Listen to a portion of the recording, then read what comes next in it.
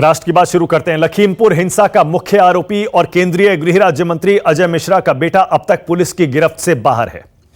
Police की अब तक की कार्रवाई से सुप्रीम कोर्ट सख्त नाराज है। आज सुप्रीम कोर्ट ने लखीमपुर हिंसा के मामले में सुनवाई करते हुए यूपी सरकार को जमकर फटकार लगाई। पहले जरा सुप्रीम कोर्ट में क्या कहा गया वो देखिए। सुप्रीम कोर्ट ने यूपी सरकार से साफ साफ कहा, हम यूपी सरकार के अभी तक के एक्शन से संतुष्ट नहीं हैं। सभी जांच अधिकारी वहीं के लोकल फील्ड ऑफिसर्स हैं। यह सुप्रीम कोर्ट की टिप्पणी है जो मैं आपको दिखा रहा हूं। अधिकारियों के व्यवहार से नहीं लगता कि वो सही से जांच कर पाएंगे। मामले से जुड़े सभी सबूतों को संभाल कर रखा जाए। हमें नहीं मालूम कि इस मामले में जांच की भी गई है या नहीं। डीजीपी सुनिश्चित करें कि सभी साक्ष्य सुरक्षित रहें। दूसरी एजेंसी के जांच संभालने तक सबूत सुरक्षित रखे जाएं। हम जिम्मेदार सरकार और जिम्मेदार पुलिस देखना चाहते हैं। सभी केस के आरोपियों के साथ एक जैसा व्यवहार होना चाहिए। किसी के लिए अलग व्यवस्था नहीं होनी चाहिए। हत्या के मामले में क्या होता है, पुलिस क्या करती है, यह सवाल पूछा गया। इस मामले में हम क्या मैसेज दे रहे हैं? 302 का मामला दर्ज होने पर भी गिरफ्तारी क्यों नहीं? सुप्रीम कोर्ट आगे कहता है यूपी सरकार से, जाइए और आरोपियों को गिरफ्तार कीजिए। यूपी सरकार हाथ पर हाथ रखकर ना बैठे। यह बर्बरता से 8 लोगों की हत्या का मामला है। और अब दशहरे की छुट्टियों के बाद 20 अक्टूबर को फिर से सुनवाई होगी। दरअसल सुप्रीम कोर्ट ने इस मामले में कल भी सुनवाई की थी। कल सुनवाई के दौरान कोर्ट ने यूपी सरकार से स्टेटस रिपोर्ट दाखिल करने को कहा था। आज यूपी सरकार की ओर से स्टेटस रिपोर्ट दाखिल की गई। कोर्ट में यूपी सरकार की ओर से वरिष्ठ वकील हरीश साल्वे ने सरकार का पक्ष रखा। हरीश साल्वे ने कोर्ट को बताया राज्य सरकार कदम उठा रही है।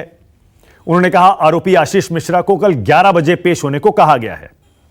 दरअसल आज भी आशीष मिश्रा को सुबह 10 बजे तक पुलिस के सामने पूछताछ के लिए पेश होने का समन दिया गया था, लेकिन आशीष मिश्रा नहीं आया। इसके बाद आशीष मिश्रा के घर पर दोबारा नोटिस चस्पा किया गया है, जिसमें कल सुबह 11 बजे तक पेश होने को कहा गया है। इस बीच आज आशीष मिश्रा का लोकेशन सूत्रों के मुताबिक बदल रहा है। सूत्रों की माने तो भारत नेपाल बॉर्डर के गौरी फंटा के पास पहली लोकेशन मिली। वहीं कुछ ही देर बाद दूसरी लोकेशन नेपाल के कैलाली के धनकड़ी में मिली। खबर यह भी है कि आशीष मिश्रा कल लखीमपुर जिला कोर्ट में सरेंडर कर सकता है। इसके लिए जिला कोर्ट में अर्जी भी लगाई गई है। इसकी पुष्टि अभी तक नहीं है। आशीष के आज पेश न होने पर उनके पिता और केंद्रीय गृह राज्य मंत्री अजय मिश्रा मीडिया के सामने आए। उन्होंने कहा आज आशीष की तबीयत ठीक नहीं थी, इसलिए वो पेश नहीं हुआ, कल पेश होगा। आशीष का भाई अमित मिश्रा वो भी कहते हैं 2 दिनों से आशीष से हमारा कोई संपर्क ही नहीं है। जरा सुनिए। मुझे कानून व्यवस्था पर पूरा भरोसा है। मेरे बेटे ने कल उनको नोटिस मिला था। आज कल उनका स्वास्थ्य कुछ गड़बड़ था। उन्होंने स्वयं ये कहा है कि कल मैं पेश होकर के अपना कथन, अभिकथन, साक्ष्य सब कुछ जांच एजेंसी के सामने देंगे, क्योंकि वो निर्दोष है और निर्दोष होने के कारण वो साक्ष्य देना चाहते हैं। ये भारतीय जनता पार्टी की सरकार है जो निष्पक्ष काम करती है। दोषियों के विरुद्ध जो भी जांच में दोषी पाया जाएगा उसके विरुद्ध कार्रवाई होगी। आईटी के सामने पेश नहीं हुए हैं, फोन स्विच ऑफ नहीं, हो जाएंगे। आपका संपर्क हुआ है कहाँ? नहीं, हमारा संपर्क नहीं हुआ है। हमारा संपर्क 2 दिन से नहीं हुआ है। अच्छा, 2 दिन से संपर्क नहीं है जी। क्योंकि मंत्री जी अपने घर पर मौजूद हैं लेकिन बेटा नहीं है, ये सवाल उठ रहे थे कि कहीं वो छुप गया है, नेपाल चला गया। नहीं, नेपाल क्यों जाएंगे? हमारा मंत्री जी के वो बहुत वैसे आदमी है, वो बोलेंगे, सच बोलेंगे और किसी भी चीज का सामना हमारे पूरे परिवार किया था तो हम लोग सामना करना जानते हैं, क्योंकि भागते नहीं है। जब कोई गलत किया हो तो हम भागेंगे। जब हमने कोई गलती नहीं की है, ना कोई हमारे खिलाफ कोई एविडेंस है वहां पे आशीष के खिलाफ, तो फिर हम क्यों छुपेंगे, क्यों भागेंगे? कांग्रेस अभी भी सरकार पर हमलावर है। रणदीप सुरजेवाला ने कहा पुलिस आशीष मिश्रा को लेकर भेदभाव कर रही है। जरा सुनिए। देश की कानून व्यवस्था का रखवाला कौन है? देश का गृह मंत्री। और देश के गृह राज्य मंत्री का बेटा ही जब अपराधी हो और पुलिस उससे पुलिस के दामाद जैसा व्यवहार करे, वो शासन और प्रशासन का दामाद बन जाए, पुलिस के दामाद जैसा उससे व्यवहार हो, तो अपराधियों को पकड़ेगा कौन और संविधान और कानून लागू करेगा कौन? वो नहीं पहुंचा तो उसके पिताजी हैं। जैसे पुलिस करती थी कि अगर जिसके नाम दर्ज रिपोर्ट है वो नहीं पहुंच रहा तो उसके पिताजी को जाती थी ठाके, कोई बुजुर्ग होता था छोड़ देती थी, उसके पिताजी को जाकर थाने में बैठाओ, अपने आप आ जाएगा, 1 दिन में आ जाएगा, 2 दिन में आ जाएगा। या फिर पुलिस ये कहे कि हम आज के बाद में किसी को बैठाने के नहीं, रिश्तेदार को, उसके भाई को, उसके पिताजी हैं दिल्ली में रहे यहीं, उसको बैठाओ। हमने सरकार को टाइम 12 तारीख तक का दे रखा,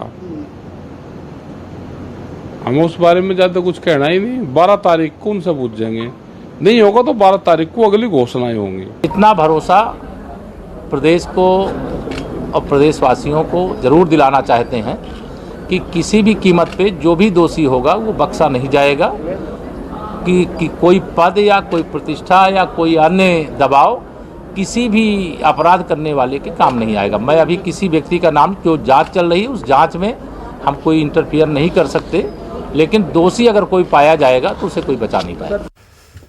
इधर चुनावी रणनीतिकार प्रशांत किशोर ने विपक्ष पर तंज कसा है। प्रशांत किशोर विपक्ष पर हमलावर है, खासतौर से कांग्रेस पर। प्रशांत किशोर ने ट्विटर पर क्या लिखा है जरा वो भी देख लीजिए।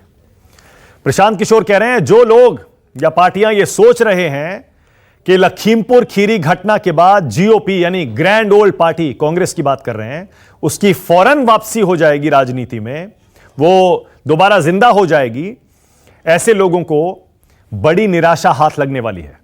यह प्रशांत किशोर कह रहे हैं, जरा सुनिए। जो लोग यह पार्टी सोच रही है कि लखीमपुर खीरी घटना के बाद जीओपी के सारे विपक्ष की तुरंत वापसी होगी, वैसे लोगों को खुद को एक बड़ी निराशा के लिए तैयार रखना चाहिए। दुर्भाग्य से जीओपी की गहरी जड़ें कमजोर हैं और संरचनात्मक कमजोरी का कोई त्वरित समाधान नहीं है। राष्ट्र की बात में आज का सवाल आपकी टीवी स्क्रीन पे आ रहा है। सुप्रीम कोर्ट की फटकार, आशीष क्यों नहीं गिरफ्तार?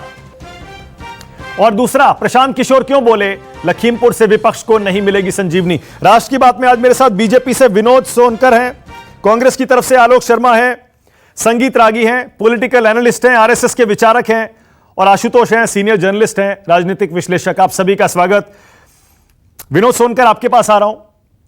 विनोद जी, आप तो सांसद हैं। विनोद जी, क्या आपने कभी सुना है ऐसा 302 में मुकदमा हो और उसके बावजूद गिरफ्तारी ना हो फौरन, और नोटिस चिपकाया जाए कि आइए, आ जाइए? सुप्रीम कोर्ट कह रहा है कि ऐसे कौन से कहा जाता है हत्या के आरोपी को, कौन से केस में, कि प्लीज आइए, आपसे पूछताछ करनी है।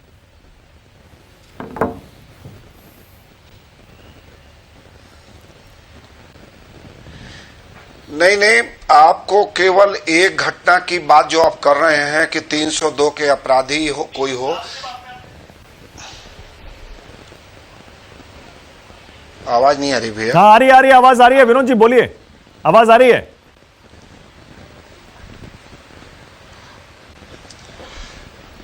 आवाज आ रही है? हाँ, आ रही है, बोलिए ना।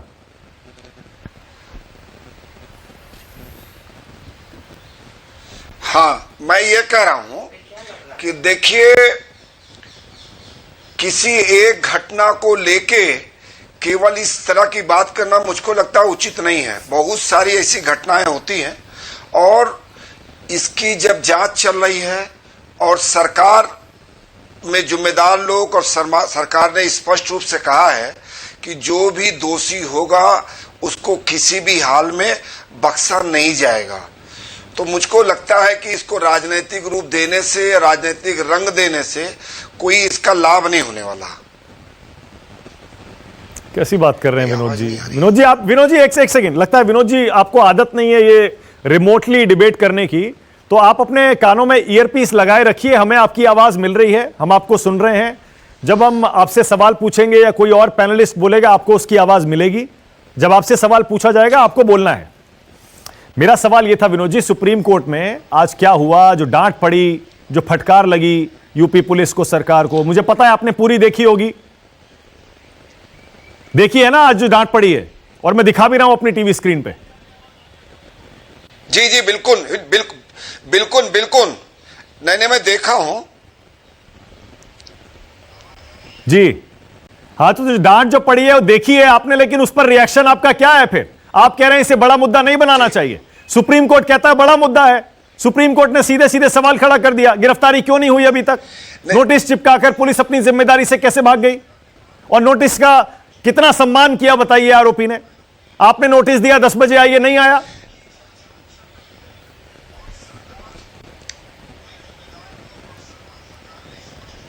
क्या ये देश में, मैं आप ही से माध्यम से पूछना चाह रहा हूं, क्या देश में कोई ये पहली घटना हुई है जब इस तरह की नोटिस चिपकाने की आवश्यकता पड़ी हो?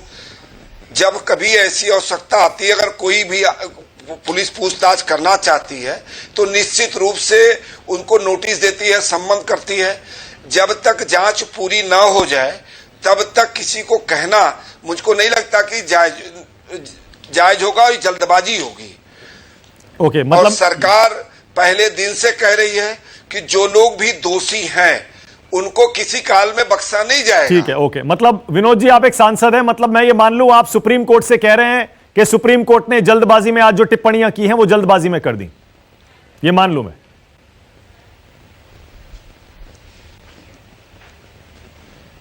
नहीं, आप ये मानने की बात नहीं है। मैं कह रहा हूं कि सुप्रीम कोर्ट ने निश्चित रूप से टिप्पणी की है और विषय गंभीर भी है, विषय संवेदनशील भी है, लेकिन एक जिम्मेदार सरकार और संवेदनशील सरकार और एक जिम्मेदार पुलिस अपना काम कर रही है। ऐसा नहीं कि हाथ पे हाथ धरे बैठी हुई है। जांच लगातार जारी है और जो लोगों भी इसमें इस तरह के हैं उनके उससे पूछताछ की जा रही है, बुलाया जा रहा है, और जो नहीं आएगी तो पुलिस आगे जो काम करना पुलिस करेगी। और ऐसा ना हो कि तब तक बहुत देर हो जाए, क्योंकि सूत्र जो खबर दे रहे हैं वो तो ये कि शायद आशीष मिश्रा का लोकेशन अब हिंदुस्तान में है ही नहीं, कभी नेपाल बॉर्डर, क्या पता। और अगर ऐसा हो गया तब कौन जिम्मेदार होगा उसके लिए?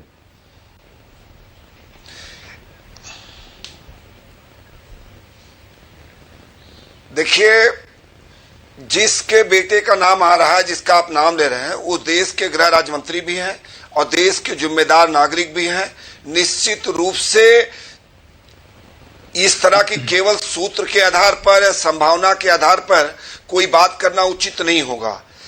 जो आप जगह देश के बाहर जो कोई साफ साफ कह रहे हैं कि हम जांच में सहयोग करेंगे, जहां करेंगे हम आने को तैयार हैं अगर आवश्यकता पड़ी, लेकिन केवल सूत्र के आधार पे, संभावना के आधार पे कोई बात करना मुझको नहीं लगता कि उचित होगा। अच्छा, ठीक है, ओके। संगीत रागी, आपको कैसा लगा सुप्रीम कोर्ट की आज की फटकार के बारे में पढ़कर? क्योंकि मुझे पता है आपने जरूर फॉलो किया होगा और आपने डिटेल में पढ़ा होगा। संगीत रागी, कैसा लगा? संगीत रागी बताइए।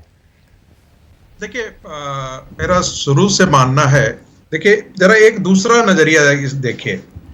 302 का जो केस है वो वहां की पुलिस ने कहने पर रजिस्टर कर लिया। मैं ये भी कह सकता हूं कि यदि कांग्रेस की सरकारें होती तो वह केस रजिस्टर ही नहीं की हुई थी। पहले तो तहकीकात होता, आप एकाएक किसी के कहने पर आप 302 का केस रजिस्टर कर लें। मैं मानता हूं इस चीज को, और मुझे लगता है कि ऐसी परिस्थितियों में उत्तर प्रदेश की पुलिस को अरेस्ट करना चाहिए था। मैं बिल्कुल क्लियर कर दूं, जब आपने 302 का केस फाइल किया है तो आपको रजिस्टर करना चाहिए था।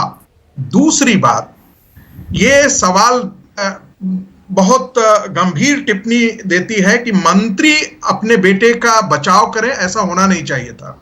वो खुद बयान है, उन्होंने खुद अपना बचाव करना चाहिए था, मंत्री को बचाव नहीं करना। लेकिन मैं और बात करना चाहता हूं, क्या यह सच नहीं है कि इस पूरे किसान आंदोलन को हिंसक कांग्रेस पार्टी ने बनाया है? क्या यह सच नहीं है कि लाल किले और उसके पश्चात की हिंसा भी उतनी ही गंभीर हिंसा है? क्या यह सच नहीं है कि 4 आदमी किसानों की प्रतिक्रिया में भी मारे गए हैं? क्या यह सच नहीं है कि लाठियों से पीट पीट कर जो सड़कों पर जो खेत में गिरे हुए लोग हैं उनको भी पीट पीट करके मार डाला गया?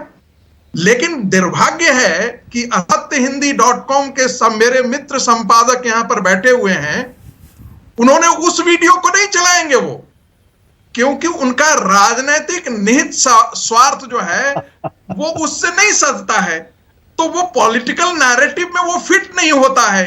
इसलिए प्रतिहिंसा उनके लिए जायज है। और जो एक अभी तक इस बात का, इस दोनों प्रकार के आकार है।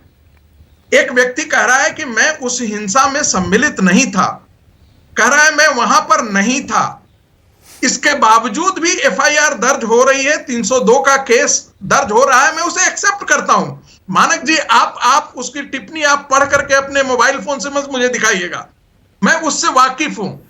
मेरा सिर्फ यह कहना है कि जो प्रतिहिंसा में मारे गए उसके बारे में क्यों नहीं ऐसी बातें की जा रही हैं? संगीत रागी को पता है कि वो एक कमजोर केस लड़ रहे हैं। संगीत रागी, आपको पता है कि आप एक कमजोर पक्ष ले रहे हैं, इसीलिए आपको पता था, आपको पता था कि मैं अभी मोबाइल फोन से अपने और सुप्रीम कोर्ट की टिप्पणियां आपको पढ़कर सुनाऊंगा, अपने दर्शकों को पढ़कर सुनाऊंगा।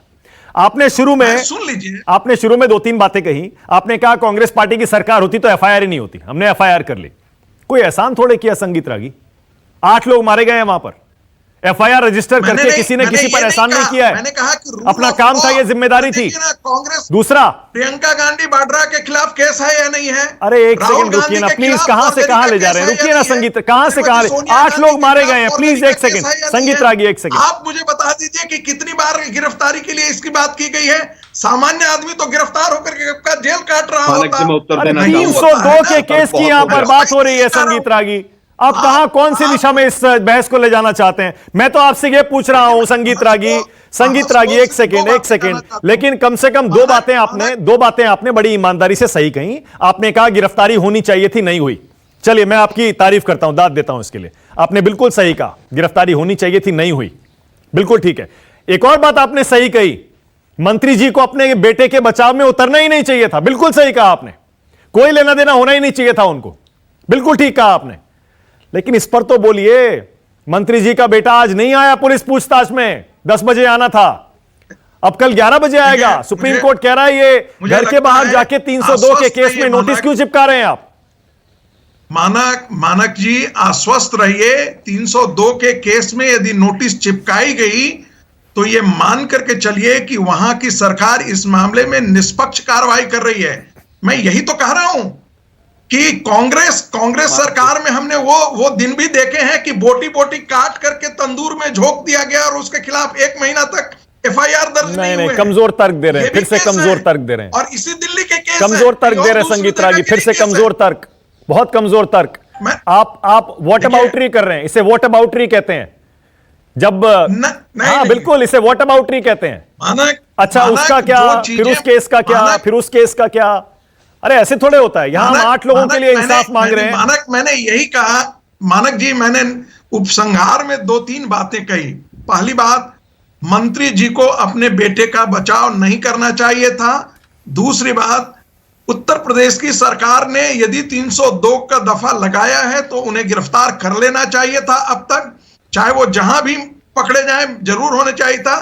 साथ में लेकिन मैं भी यह भी दोहरा रहा हूं कि जो लोग हत्या में शामिल हैं, जो किसानों की हत्या में शामिल हैं, जो पीट पीट करके मार डाले हैं, उसमें भी राकेश टिकैत के खिलाफ भी एफआईआर होनी चाहिए। बिल्कुल सही कह रहे हैं आलोक शर्मा, ना बिल्कुल सही है, उस पर मैं आपके साथ हूं, उस पर मैं आपके साथ हूं।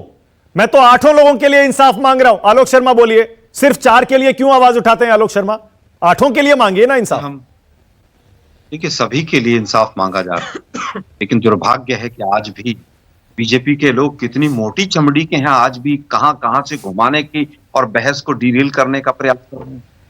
और केवल बहस को नहीं, पूरे देश को डिरेल कर दिया है इन लोगों ने। कानून का जो शासन है, रूल ऑफ लॉ, वो इनकी जेब में है। कानून का शासन इनकी जूती की नोक पर है, ये ऐसा मानकर चलते हैं। सुप्रीम कोर्ट, उच्चतम न्यायालय की इतनी फटकार के बाद भी पानी पी पी कर कांग्रेस को ही कोसने का काम करेंगे, ये इनकी जेनेटिक प्रॉब्लम हो गई। एफआईआर अगर 302 का अगर किया है तो अरेस्ट होना चाहिए। अरे 8 लोग मर गए, अगर बगर कहां से लगा रहे हो संगीत रागी आप? 8 लोगों के मरने के बाद भी अगर ऐसा किया है तो उनको ऐसा करना चाहिए। गजब आप लोगों की वो है। मनीष गुप्ता के केस में भी हुआ था, अभी कितने अरेस्ट हुए हैं बताएंगे जरा आप?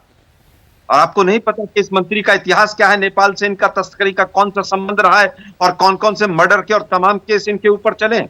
आज भी आप उनकी पैरवी करने के लिए यहां बैठ गए संगीत जी। आप तो बच्चों को पढ़ाते हैं, इतना बोल रहे हैं आप उनको बचाने के लिए। ऐसा हुआ तो फिर वैसा होना चाहिए। 100 से ज्यादा एसआईटी बनी है उत्तर प्रदेश में, पिछले 5 साल में एक का नतीजा आया तो जरा बता दीजिए। आज नोटिस दिया गया है, नोटिस का खेल जब शुरू हुआ है, जब सुप्रीम कोर्ट में कल केस लिस्टेड हो गया आज के लिए, 11 बजे की जब सुनवाई हुई तो 10 बजे का नोटिस आपने दे दिया, आज भी नहीं आया तो कल का नोटिस दे दिया, और हम तो बड़े निष्पक्ष हैं और भाजपा की सरकार है, पार्टी डिफरेंस की सरकार है। FIR के 6 दिन बाद नोटिस दिया जाता है, मुकदमे इसने ऐसा कर दिया और उसने ऐसा कर दिया। FIR होने के 4 दिन बाद नोटिस होता है। मर्डर के केस के अंदर 8 लोग कुचल दिए जाते हैं। जीप के नीचे, टायर के नीचे पूरा रूल ऑफ लॉ की किताब को आपने कुचल कर रख दिया। आप कहते हैं कि अभी उसके ऊपर ऐसा होना चाहिए, फिर ऐसा होना चाहिए। सुप्रीम कोर्ट कितनी तक सख्त टिप्पणियां कर रहा है कि CBI को भी जांच नहीं देंगे, लोकल अधिकारी वहां पर हैं। सुप्रीम कोर्ट कह रहा है सबूतों को संभाल कर रखिए, और ये कह रहे हैं साहब कांग्रेस ने ऐसा नहीं किया, उसने ऐसा कर दिया। आप लोग थोड़ा सा तो कम से शर्म कीजिए। न्यूज 24 नेशनल चैनल है, आप दोनों ने क्या क्या बोला है? आप किसको बचाना चाह रहे हैं? आलोक शर्मा, एक व्यक्ति जिसके सामने उत्तर प्रदेश का DGP सलूट करता है, वहां का इंस्पेक्टर और CO जो है वो IO बनकर वहां पर इन्वेस्टिगेशन करेगा, और आप कहते हैं न्याय मिल जाएगा। आलोक शर्मा, 4 दिन हो गए, कितने लोग अरेस्ट हुए? बिल्कुल सही है आलोक शर्मा। मनीष गुप्ता के केस में आज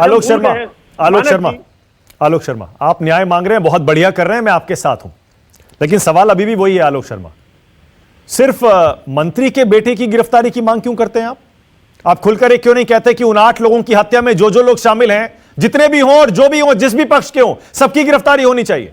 मानक जी सबकी गिरफ्तारी होनी चाहिए। किसी भी तरह का लिंचिंग जो था वो भी दुर्भाग्यपूर्ण है। मंत्री को तुरंत इस्तीफा देना चाहिए। SIT बननी चाहिए तो 2 सिटिंग जजेस के अंडर, और 30 दिन के अंदर टाइम बाउंड इसका फैसला होना चाहिए, और किसी भी तरह का कोई भी दोषी है उसको जेल की सलाखों के पीछे होना चाहिए। अब ये कह रहे हैं कि साहब राकेश टिकैत ये थे, फलाने ये थे। अरे भाई सरकार आपकी है, आप पकौड़े चल रहे हैं क्या? अगर किसी ने गलत किया है, किसी को ने भीड़ को भड़काया है, तो उसको जेल में क्यों नहीं डाला? राकेश टिकैत तो आपके तमाम अधिकारियों के साथ, ADGP लॉ एंड ऑर्डर के साथ बैठकर बार्गेन कर रहे थे, आपसे नहीं कर रहे थे परिवार के लिए। अगर उन्होंने गलत किया था तो वो पुलिस वाले अधिकारियों के साथ बैठकर एक टेबल के ऊपर नाश्ता कैसे कर रहे थे, बताएंगे आप? पूरे देश को आप लोगों ने मखौल बना लिया है। सुप्रीम कोर्ट की इतनी सख्त टिप्पणी के बाद जिस तरह से कानून को आप लोगों ने ज्योति के नोक के ऊपर रख रखा है, पुलिस को, प्रशासन को पंगु बना रखा है, कौन न्याय करेगा? आशुतोष जी, ओके आशुतोष, मैं चाह रहा हूं दोनों मुद्दों पर बोलिएगा। पहले ये जो आज मैं पूछ रहा हूं, वाकई जो सुप्रीम कोर्ट की टिप्पणियां हैं, हाँ, इस पर बोलिएगा, और दूसरा उसके बाद जरा प्रशांत किशोर ने जो कहा है उस पर भी बोलिएगा। प्रशांत किशोर ने जो बताया, मैंने उनका ट्वीट दिखाया, आपने भी पढ़ा होगा, वो कह रहे हैं विपक्ष को संजीवनी इस मुद्दे से मिलने वाली है नहीं। आशुतोष, मानक प्रशांत किशोर पे बोलना मेरे लिए ठीक नहीं होगा, क्योंकि जो मुद्दा है, ये मुद्दा बहुत ही गंभीर मसला है, और मुझे तो बड़ी हैरानी हो रही कि मैंने तो कुछ बोला भी नहीं था, और उसके पहले RSS की जो प्रवक्ता है संगीत रागी जी, उन्होंने मेरे ऊपर न जाने कौन कौन सी टिप्पणियां कर दी। खैर अच्छा है, वो मुझे इतनी तवज्जो देते हैं, उनका संगठन मेरे बारे में इतनी गंभीर राय रखता है और मुझे इतनी गंभीरता के साथ लेते हैं, उनका बहुत बहुत शुक्रिया। लेकिन 3 चीजें बड़ी महत्वपूर्ण है।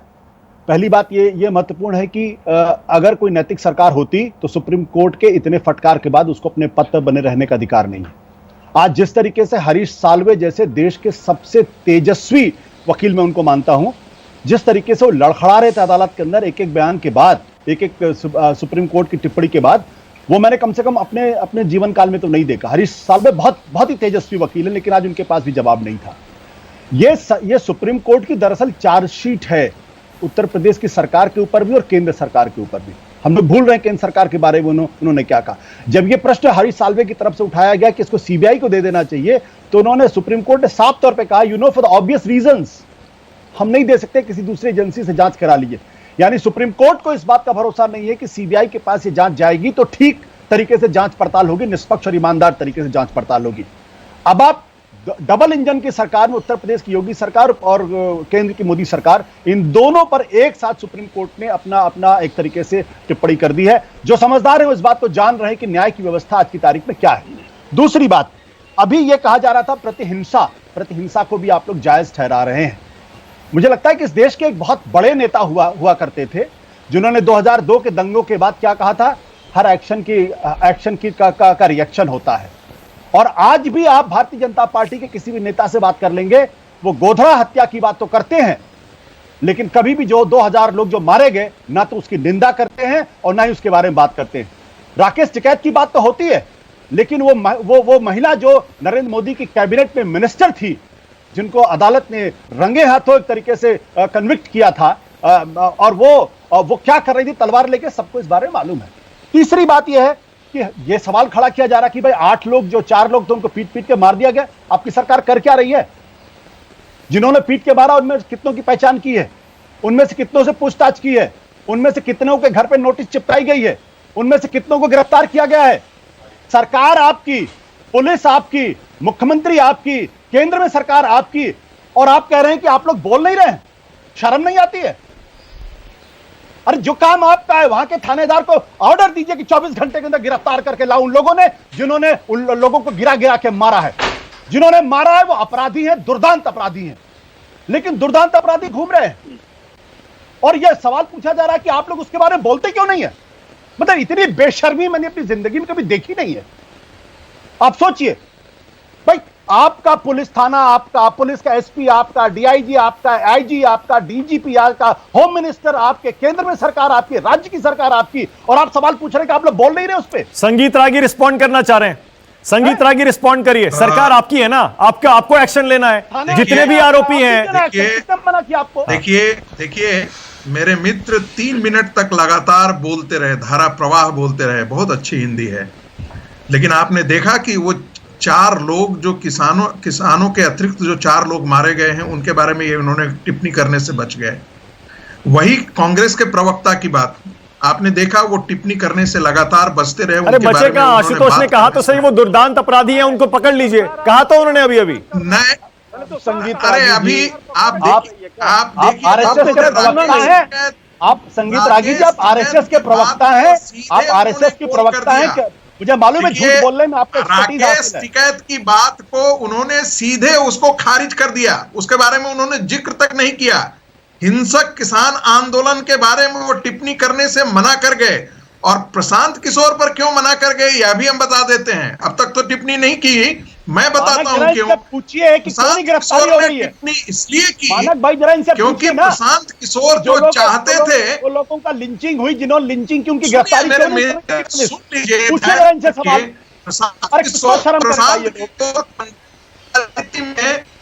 अमरिंदर सिंह के साथ थे, और कांग्रेस ने वहां जो है वो है। संगीत रागी, आपकी आवाज ठीक से नहीं आ रही है, दोबारा बोलिए अपनी बात, दोबारा बोलिए, आपकी आवाज ठीक से नहीं आ रही है, दोबारा बोलिए। देखिए प्रशांत और अमरिंदर सिंह के साथ थे पंजाब की राजनीति में, और अमरिंदर सिंह के साथ कांग्रेस के नेतृत्व ने वो जो कबड्डी में लंगड़ा नहीं होता है, लंगड़ी मार देना, वो मार दिया। दूसरी बात, प्रशांत किशोर की ये इच्छा थी कि वो कांग्रेस में जनरल सेक्रेटरी या कोई बड़े अच्छे पद पर आसीन होंगे और राज्यसभा आएंगे। कांग्रेस ने वो भी नहीं दिया। नतीजा ये है कि वो बोल रहे हैं, ये संभवतः मैं एक अनुमान लगा रहा हूं, मैं विश्लेषण कर रहा हूं, मैं अंदर की बात नहीं जानता हूं, लेकिन वो भी अच्छी तरीके से जानते हैं कि कांग्रेस ऑर्गेनाइजेशन के लेवल पर खत्म हो चुका है।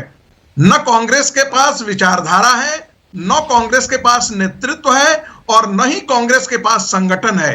एक पार्टी जिसमें न संगठन हो, न विचारधारा हो, और जो नेतृत्व हो, वो तीनों कसौटियों पर वो पार्टी एक दफन होने वाली पार्टी की स्थिति आ गई है। 6 राज्य ऐसे हैं जहां पर कांग्रेस के पास एक भी विधायक नहीं है। कांग्रेस सारांश में और उपसंहार में। संगीत रागी, okay, one second, okay, all right, okay, एक सेकंड। आशुतोष उस पर टिप्पणी नहीं करना चाह रहे थे, प्रशांत किशोर के ट्वीट पर, लेकिन मैं चाहता हूं आलोक शर्मा आप बोलिएगा इस पर। कुछ लोग ये कह रहे हैं, मैं नहीं कह रहा हूं, कुछ लोग ये कह रहे हैं कि बीजेपी ने जानबूझकर राहुल और प्रियंका के लखीमपुर दौरे को इतना बड़ा बना दिया क्योंकि यूपी में कांग्रेस को उठाना है, लेकिन बस इतना उठाना है कि वो समाजवादी पार्टी के वोट काट दे। आप सहमत हैं इस बात से क्या? यानी प्रशांत किशोर की बात सही है, होना कुछ नहीं है। देखिए प्रशांत किशोर क्या कह रहे हैं, ना वो मेरी पार्टी में है, ना मैं कोई ऑथराइज्ड उनका रिप्रेजेंटेटिव। वो क्या कह रहे हैं, क्यों कह रहे हैं? वो तो मोदी जी के साथ भी थे 2014 में, वो तो जेडीयू के साथ भी थे, बिहार में सरकार बनवाई थी। वो कौन कहा है, किसके साथ है, उसके ऊपर टिप्पणी करना उचित नहीं। जहां तक बात है कि उत्तर प्रदेश में कौन किसको उठा रहा है, गिरा रहा है, मैं सीधा सीधा कहना चाहूंगा, हमने हाथरस का मुद्दा हो, चाहे सेंगर का मुद्दा हो, शायद ये तो भूल गए होंगे सब लोग, लेकिन हमने हर मुद्दे को जो जनता से जुड़ा था उसको उठाया है। 8-8 लोगों को एक मंत्री का बेटा अहंकार के नशे में अपनी गाड़ी के टायर के नीचे कुचल के मार दे, उसमें राजनीति नहीं देखनी चाहिए। और अगर कुछ लोग ऐसा कह रहे हैं, राजनीति देख रहे हैं बीजेपी की, तो ये बीजेपी का घिनौना चेहरा हो सकता है। कांग्रेस अपना जो काम है, जो हमारा कर्तव्य पथ है, हम उस पर आगे बढ़ेंगे। उत्तर प्रदेश की जनता और देश की जनता देख रही है कि मोदी जी ने क्या किया है। लेकिन आज ये मैं पूछना चाहता हूं, तो इतनी बड़ी बड़ी बातें कर रहे हैं। मनीष गुप्ता में अभी तक हमारे यहाँ सांसद जी बैठे हैं, मनीष गुप्ता केस में पुलिस वालों ने एक व्यापारी को पीट पीट कर मार दिया, तमाम फुटेज आ गई, क्या वो अरेस्ट हो गए? अगर प्रियंका गांधी 1000 बसें कोरोना के लिए लगाती हैं यूपी बॉर्डर पर, आधा घंटे में सबकी डिटेल आ जाती, लेकिन आज तक एक भी व्यक्ति गिरफ्तार नहीं हुआ है। आज विनोद जी बोलिए, विनोद जी आपकी टर्न है।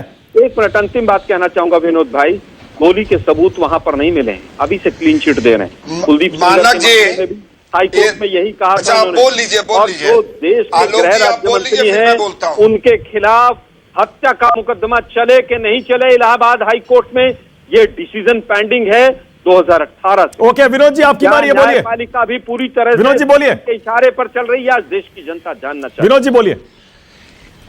मानक जी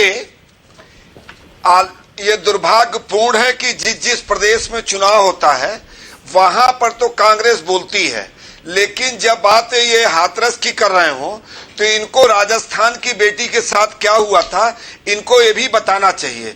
दूसरा, आज ही राजस्थान के एक सम्मानित पेपर में छपा है कि दलितों को इन्होंने मंदिर में प्रवेश नहीं करने दिया। आलोक शर्मा को इस पे, आलोक जी को इस पे भी बोलना चाहिए, क्योंकि केवल आज जिस तरह से किसान आंदोलन जिस स्थिति में पहुंचा है, जिस तरह से हिंसक हुआ, चाहे सिंधु बॉर्डर हो, चाहे लाल किले पे तिरंगे का अपमान हो, और जिस तरह से मुजफ्फरनगर में राष्ट्र विरोधी नारे लगे हैं, इसके पीछे अगर किसान आंदोलन हिंसक हुआ है और जिस तरह का रूप धारण किया है, तो मैं तो कहता हूं, मैं कांग्रेस पे सीधा आरोप है कि इस पे पीछे सीधा कांग्रेस की अपनी रणनीति है।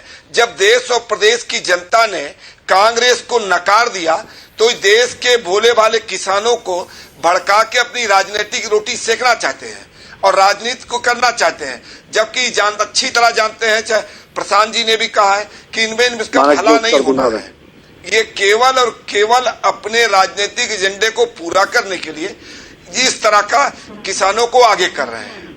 आज तो विनोद जी को प्रशांत किशोर अच्छे लगने लगे अचानक। प्रशांत किशोर आपको बंगाल में हरा के आए हैं सर, और पंजाब में वो कैप्टन अमरिंदर के साथ थे। आपसे तो उनके रिश्ते बहुत पहले टूट चुके हैं, आज आपको उनको बयान को कोट करना पड़ रहा है, बताइए। लेकिन खैर वो अलग बात है। मैं वैसे विनोद जी आपकी जानकारी के लिए, मतलब हमारे दर्शकों की जानकारी के लिए, क्योंकि आप सांसद हैं, विनोद जी आप भरोसा दे सकते हैं क्या बीजेपी के प्रवक्ता के तौर पे कि कल आशीष 11 बजे एसआईटी के सामने पेश होकर जांच में सहयोग करेगा? देखिए, बिल्कुल करेंगे। आपके चैनल पे ही उनके पिताश्री का बयान भी चल रहा है कि आज स्वास्थ्य के कारण आशीष नहीं आए हैं, कल वो जांच के सामने उपस्थित होकर पूरा सहयोग करेंगे। और भारतीय जनता पार्टी का कोई भी कार्यकर्ता इस तरह का व्यवहार नहीं करता। निश्चित रूप से सहयोग करेंगे। और ये आज उनका स्वास्थ्य खराब हो गया क्योंकि सुप्रीम कोर्ट ने सख्त टिप्पणी कर दी, क्योंकि पूरा देश देख रहा है कि बीजेपी ने न्याय व्यवस्था को खोखला कर दिया। नहीं तो वो थोड़ी देर पहले तक तमाम टीवी चैनलों पर चश्मा लगा के उछल के बयान देते घूम रहे थे। तबीयत बहुत अच्छी थी उनकी, आज तबीयत खराब हो गई है। जब हरीश साल्वे की भी टांग लड़खड़ाने लगी है तो अब उसकी भी तबीयत खराब हो गई है। इंतजार कीजिए, मंत्री जी की भी तबीयत खराब होगी, इंतजार कीजिए, मोदी जी की भी तबीयत खराब होगी। याद रखिएगा मेरी बात को। अरे ऐसे मत बोलिए किसी और के लिए। हम तो ये चाहते हैं कि हमारे इस प्लेटफॉर्म से सबके स्वास्थ्य के लिए अच्छी बातें ही निकले। दुआएं करिए। तबीयत मानक जी, तबीयत खराब करने से तात्पर्य है कि भागते हुए नजर आएंगे न्याय व्यवस्था से। मैं किसी को बीमार नहीं कर रहा हूं। ओके, संगीत मेरा कहना है कि तमाम लोग जो आज न्यायपालिका को खोखला कर रहे हैं, मोदी जी के स्वयं की दाल नहीं भागते हुए नजर आएंगे। तब ये आज ऐसी छोटी बात कर रहे हैं, इनको शोभा नहीं देती। एक कहावत है, ओके संगीत रागी, हाँ, भारतीय परंपरा, वो मैं टिप्पणी ग्रामीण टिप्पणी चाहता, लेकिन कांग्रेस के प्रवक्ता जो भी कह लें, नरेंद्र मोदी जी के खिलाफ कोई याद से थोड़े उन्होंने कांग्रेस पार्टी ने किया है। 2002 के पास नरेंद्र मोदी को राहुल गांधी को, प्रियंका गांधी को नेता विज्ञापित कर, लेकिन आप विज्ञापन से आप किसी को नेता नहीं बना सकते। यदि उसकी जिजीविसा नहीं है, उसमें नेतृत्व की क्षमता नहीं है, तो ये पता लगता है कि आप कितना भी पीछे से विज्ञापन करें। राहुल गांधी राष्ट्रीय संगीत रागी, आपकी आवाज भी ठीक से नहीं आ रही। Closing comment Ashutosh, closing comment, छोटा सा कमेंट आशुतोष। नहीं, देखिए मुझे लगता है कि जो आरएसएस के प्रवक्ता यहाँ संगीत रागी जी बैठे हुए हैं, उनको भी थोड़ा सा इस बात का एनालिसिस करना चाहिए, उस बात को सोचना चाहिए कि किस तरीके के लोग। मैं आरएसएस का प्रवक्ता नहीं हूं आशुतोष, मैं आरएसएस का गलत टिप्पणी कर रहे हैं, वो ऐसे ही है जैसे मैं आपको टिप्पणी करूं। चलिए कांग्रेस के द्वितीय प्रवक्ता संगीत रागी आरएसएस के प्रवक्ता नहीं है, वो विचारक हैं। मैं मानक जी, मैं अपनी गलती को दोहराता हूं। मैं संगीत रागी को मैं बहुत डंके की चोट पर कहता हूं कि संगीत रागी जी आरएसएस के प्रवक्ता नहीं है। संगीत रागी जी आरएसएस के प्रवक्ता नहीं है। संगीत रागी जी आरएसएस के प्रवक्ता नहीं, मैं डंके की चोट पर इस बारे में कहता हूं।